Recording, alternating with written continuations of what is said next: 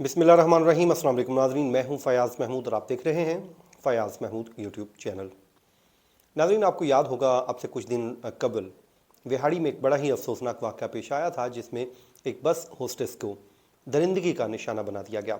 और दरिंदगी का निशाना बनाने वाला कोई और नहीं बल्कि उसके कॉलीग्स थे, जिनके ऊपर ज़िम्मेदारी थी कि उसकी हिफाजत को यकीनी बनाना है।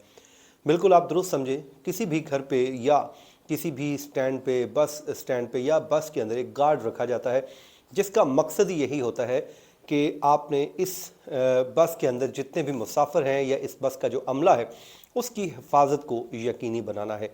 लेकिन बाज़ होता यह है कि ऐसे दरिंदे सिफ्त इंसान होते हैं जिनसे आप हिफाजत का काम लेना चाह रहे होते हैं, वही आपको नोचना शुरू कर देते हैं। कुछ ऐसा ही एक वाक़या विहाड़ी में पेश आया, जब मेलसी के पास तमाम तर सवारियां उतर गईं और उस बस में ड्राइवर और एक का गार्ड और तीसरी एक बस होस्टेस रह गई। अब उसूली तौर पर तो जब आपके साथ इस तरह कोई लड़की सफ़र कर रही होती है तो आप यकीन कीजिए कि आपको उसे अपनी माँ और बहन की नज़र से देखना चाहिए, क्योंकि इस बस में कोई और नहीं बल्कि आपकी बहन भी तो हो सकती थी। इस लड़की के साथ जो जुल्म आप कर रहे हैं, कल को खुदा न खास्ता आपकी बहन भी इस जगह पर हो सकती थी, आपकी बेटी भी हो सकती थी। लेकिन वो कहते हैं ना कि जब शैतान आप पे आ जाता है तो कब आप फिर ख़ुद पे काबू रख पाते हैं। तो यही हुआ, उस लड़की के साथ दरिंदगी की सारी हदें अबूर की गईं और ये भी भूल गए कि उस लड़की के मजबूरियां क्या हैं, वो किस मजबूरी के तहत बेचारी इस फील्ड में काम कर रही है और यूं सारा दिन वो सड़कों पर रहती है ताकि वो इज़्ज़त के साथ अपने पेरेंट्स का, अपने बहन भाइयों का पेट पाल सके। अब उससे मुतल्लिक जो खौफनाक किस्म के उस बेचारी की ज़िंदगी के से मुतल्लिक रुला देने वाला सच सामने आया है, वो भी मैं आपके साथ शेयर करूंगा। और इसके अलावा जो लड़की ने कोर्ट रूम के बाहर खड़े होकर दुहाइयाँ दी हैं, वो भी आपके सामने मैं रख देता हूँ। लेकिन इसमें जो वकील साहब ने गुफ्तगू की है, जो लड़की के वकील हैं, पहले आप वो गुफ्तगू सुन लीजिए, फिर मैं आपको बाकी डिटेल्स भी आपके साथ शेयर करता हूँ। जिस दिन ड्यूटी जज बैठे थे इतवार वाले दिन, उस दिन 9/2 का रिमांड इनका हुआ था कि 9/2 को यह पेश होंगे 2023 को। और अब साथ ही हमने जो सा दफ़ा 164 का अपना बयान करवाना था अदालत में, तो वो जो सा बयान है हमने वो उसकी भी डेट जो सी है ना नोटिस डाल गए हैं दूसरे मुल्ज़मान फरीक को। तो उस पर जो सा वो भी 9/2 का है कि 9/2 को वो आएंगे, उसका नाम क्या है, हम दफ़ा 164 के बयान भी करवाएंगे। और साथ उन्होंने आज दायर की थी सपुर्ददारी के लिए बस की।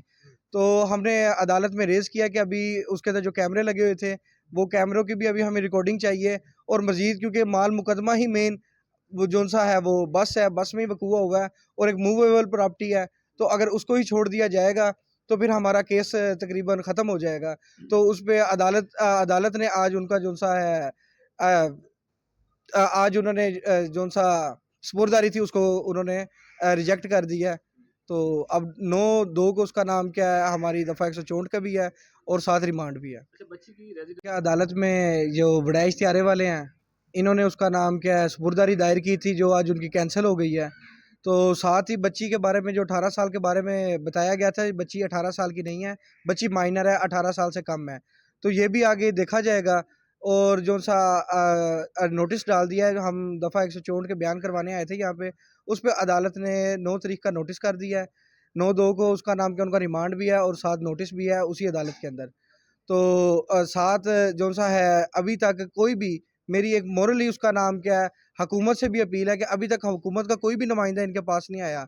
और ना जिसके पास ये ड्यूटी करते थे और जिनकी कंपनी में ये काम करते थे, उन्होंने सपुर्ददारी दायर कर ली, लेकिन इस बच्ची का अभी तक हाल हवाल पूछने तक नहीं आए। क्योंकि ये बच्ची, उसका नाम क्या, मुलाजमा किसी ड्राइवर की या गार्ड की नहीं थी, ये मुलाजमा थी कंपनी की। तो कंपनी वालों ने अभी तक इनसे कोई परसू नहीं किया। और साथ ही मेरी अपील है हुकूमत से भी कि ये नहायत गरीब लोग हैं और ये फाकों के बाइस ये आई थी बाहर अपना काम करने के लिए, तो अभी तक कोई हुकूमत की तरफ से भी इनको कोई इमदाद नहीं हुई। तो मेरी हुकूमत से भी अपील है कि इनकी इमदाद करे और हुकूमती नुमाइंदा कोई इनसे मुलाकात भी करे। अच्छा वाह भाई। ये तो सुन रहे थे आप, जो उनके वकील हैं और उनका मौक़िफ़ यही है कि अभी तक हुकूमत और वड़ाइच त्यारा, जिनकी सर्विस कंपनी थी जिसमें वो काम कर रही थी, उन्होंने इस लड़की के साथ रजू नहीं किया। अब उनको क्या अजीज़ है, उनको अपना एम्प्लॉय नहीं बल्कि उनको अपनी बस ज़्यादा प्यारी है। और वो ये कहते हैं कि जी हमारी बस, क्योंकि करोड़ों रुपया इस पर लगा हुआ है और उसके अंदर जो उसको मैनेज करने वाले हैं या उसका स्टाफ है उससे हमारा क्या ताल्लुक है, क्या लेना देना है। तो इसी वजह से ही तो उन्होंने उस बेचारी के साथ राब्ता तक नहीं किया। अगर मैं वकील साहब की ये बात को दुरुस्त समझता हूँ तो ये बेहिस्सी नहीं है, इंसानियत सोज किरदार नहीं है उस सर्विस कंपनी का, तो क्या है भाई? आपकी वो मुलाजमा थी, वो आपके पास काम कर रही थी, आपने उसकी गारंटी देना थी, और अब जब वो जुल्म और सितम का शिकार हुई है और आपके अपने स्टाफ के हाथों हुई है, तो क्या आपका फ़र्ज़ नहीं बनता था कि आप उसके सर पे हाथ रखते, कहते कि आप हमारी बेटियों जैसी हैं बेटा, हम आपके साथ खड़े हैं, हम आपके सर पर खड़े हैं। आप उनकी माली इमदाद ना करते, आप कुछ भी ना करते, सिर्फ उनको एक हौसला तो देते। और अगर ये बात मान ली जाए कि उस बस कंपनी ने कोई अभी तक इसके साथ रब्ता नहीं किया और एक्शन नहीं लिया अपने ही मुलाजमीन के ख़िलाफ़, तो यकीन कीजिए गवर्नमेंट को ऐसी मालिक जो कंपनी मालिकान होते हैं उनके खिलाफ कार्रवाई करनी चाहिए और उनको इबरत का निशान बनाना चाहिए कि भाई आप लोगों को अपनी बस तो प्यारी है, लेकिन उसमें एक जीती जागती लड़की जिसके साथ जुल्म की सारी हदें अबूर कर दी गई, वो प्यारी नहीं है।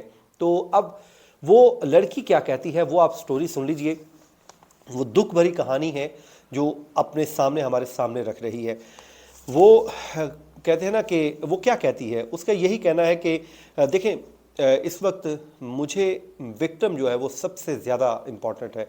मैंने अभी तक देखिए अपने वीलॉग में किसी भी जगह पर उस लड़की का नेम मेंशन नहीं किया, हालांकि मेरे पास उसका ये वीडियो बयान मेरे पास मौजूद है, लोगों ने चला भी दिया होगा, लेकिन मेरा एक उसूली मौक़िफ़ है कि मैं उस लड़की की ना तो आवाज़ आपके सामने लेके आऊँगा, ना ही उसकी तस्वीर या वीडियो आपके साथ शेयर करूँगा। उसकी वजह यह है कि जो विक्टिम है इस वक्त उसको हमारी हमदर्दी की ज़रूरत है, ना कि उसको मज़ीद विक्टिम ब्लेमिंग की जाए।